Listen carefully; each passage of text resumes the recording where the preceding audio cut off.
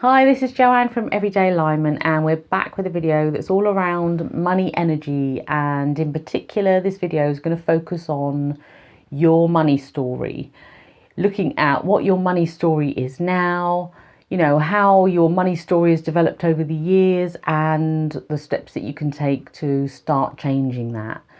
Because our money story is something that we've been telling ourselves daily on, probably a subconscious level, but we've been telling ourselves this for all of our lives. They say that our minds are shaped by the age of 7. And, we've built a lot of our neural pathways and a lot of our beliefs are inbuilt by that age. And if you consider some of the things that people were saying to you when you grew up around money, were they saying that money's hard to come by? You have to work so hard to earn a living. Money doesn't grow on trees. We're never going to be rich, but we get by. Oh, I can't wait till the next paycheck comes in. All of these things that you might have grown up with are shaping your money story today. Yet we just don't really think about it that much, because our relationship with money is one of the most important relationships we're going to have in our lives. We don't always think about it as a relationship, but it is, because there's a lot of emotion around it. If we had that emotion around another person, so say money was a person and it was stood there, then we'd be having quite a serious time in our relationship that would need a lot of attention. And yet we don't do that. We don't give our money relationship enough attention so that we can change things around and we can start creating beliefs in our lives that are going to support us and are going to help us to see that relationship in a different way, help us to see money in a very different way so that more of it flows to us. So money stories, let's talk a little bit about what the sort of things that you might have grown up with. And I don't think you need to keep kind of beating the drum of your childhood and trying to go back and fix things, but we've been telling ourselves the same things for a number of years now, and I know myself that it was just so empowering for me to just sit down with my journal and rewrite my money story from the past. Okay, so the past doesn't actually exist in reality, because the only control we ever have over is this present moment, but your past was just a series of present moments that you have kind of picked out those memories from, and you've just kept the parts that you want to keep. And in particular, when we grow up with a money story that is more focused on lack and scarcity, we've picked the bits of that money story out that kind of serve those limiting beliefs, rather than parts of the money story that are serving the more abundance-based beliefs. So what do I mean by this? Well, if I take, when I grew up, I come from a family that, they've always worked for a living, consider ourselves kind of working class. We kind of live month to month, week to week, back in those days, when we used to get our wages or paychecks. And when we moved into our home, I remember moving at a very young age, because we moved into our family home when I was 3 years old. It took us a while to kind of get things in our home. When we first moved there weren't things like carpets and this, that and the other, but we had, all the furniture we needed. We had everything we needed. Myself and my brothers, we had toys, we had all the love we could ever wish for. We had just such a blessed childhood. But, it's easy to look back on it and think, oh, we didn't have that much. But actually, when you turn that story around, and I will share some of it on my blog, not all of it because it's my personal money story, but I will share some of it. When I actually sat there and rewrote it and focused on how abundant we were, it just created a whole different feeling kind of inside. And, I focused on the fact that we were always supported. We always had everything we need.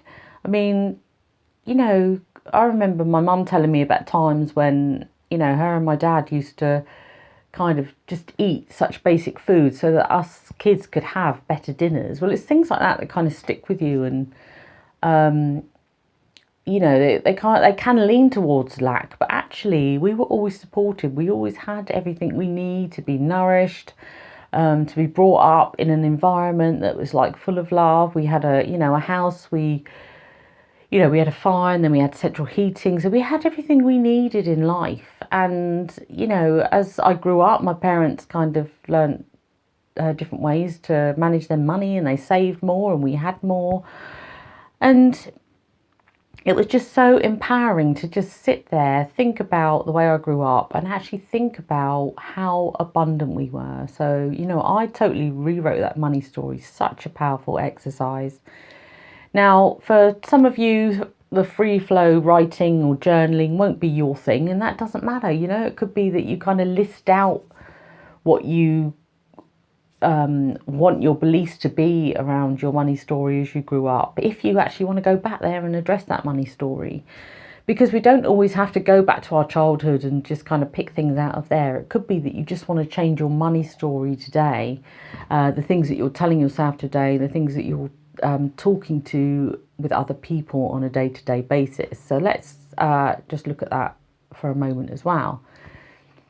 Because, in my last video, I spoke a lot about the words that we use around money on a day-to-day basis. And that video around the language of abundance is in the same playlist. So if you look at the link below, it will kind of link to the playlist that this video is also in.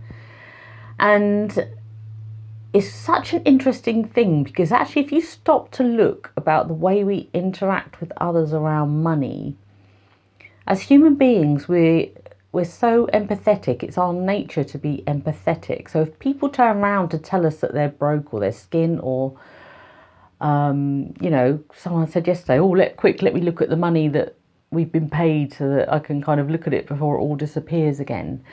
And, people sit around laughing and they go, yeah, me too, me too. And we all kind of empathise with each other around money.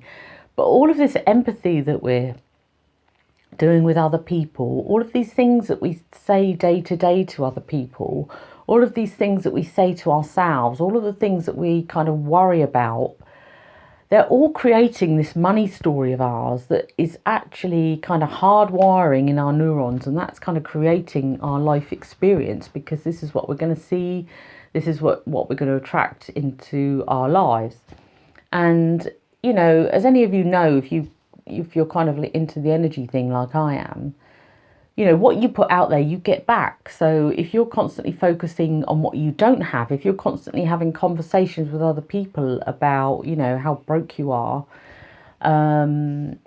or how you can't wait to get paid, or how expensive everything is, or how you spent too much, all this, that and the other, then, that's what you're going to attract more of. That's what you're going to see more of in your life, because that's what you're focusing on. And that's all energy is. Energy is a focus. You're either focusing it on abundance over here, or you're focusing on scarcity. And it's almost like that, and you've got lots of things along that scale. But, where you're focusing on is what you're going to attract most of back in your life. So what are some of the other things that you can do to change your money story? Well, the free flow journaling is absolutely brilliant, and you can rewrite your money story from your past, and I will post some examples of that. Or you can rewrite your money story right this minute. So rather than focusing on the things that you don't like about money, so things like, you spent too much and you haven't got enough money in your bank account, you could be focusing on how many blessings you've had in your life, how what you've spent this month has provided you with so many lovely experiences, or it's given you things in your life that's going to enhance your life. Just focusing on it in a very different way. So you could free flow, you could just list these down, you could do kind of like a brainstorm doodling type thing, which, I often do if I don't want to do like the free flow journaling, which is kind of my favorite go-to. Then, you can do anything that's kind of going to suit your style, but you really need to make a decision to change this money story, because this money story is going to shape how you're attracting money for the rest of your life. So, it's a great idea to gradually shift it in the direction that you want it to go. Now, one thing I'm going to do, and I might do a separate video on it, is I've got like a new jar here, okay, a nice empty jar, and that's going to become my belief jar, okay? So you've heard of things like gratitude jars, and things like that. Well, I'm going to create a belief jar, and it's going to be around things like money, relationships, how I am as a person, what I'm attracting into my life, what I want to do with regard to, what I feel is my purpose and adding value to the world. That is going to be my belief jar. And you can do something similar, and you can take things about your money story that you want to kind of create as your normal, and write out those beliefs, really focus on what you do want, and put those in your money jar or put them in your journal. Just put them somewhere and let those become your default beliefs that you're going to believe. So today is the day you need to start changing your money story from this point forward. I'm doing it too. It's such a powerful thing. And, this can totally change your relationship with money going forward. So I hope you enjoyed doing that. And if you've got any feedback about how you felt when you rewrote your money story, or when you jotted down the new beliefs that you want to adopt in your life, then please do comment below or comment on my blog, whatever, because it's so lovely to hear people's feedback. And so lovely to hear, if any of these videos are helping you out there. And if there's anything else you want me to cover around this subject, just give me the question and I'll see if I can create a video around that as well. So until the next video, you take very good care. Bye.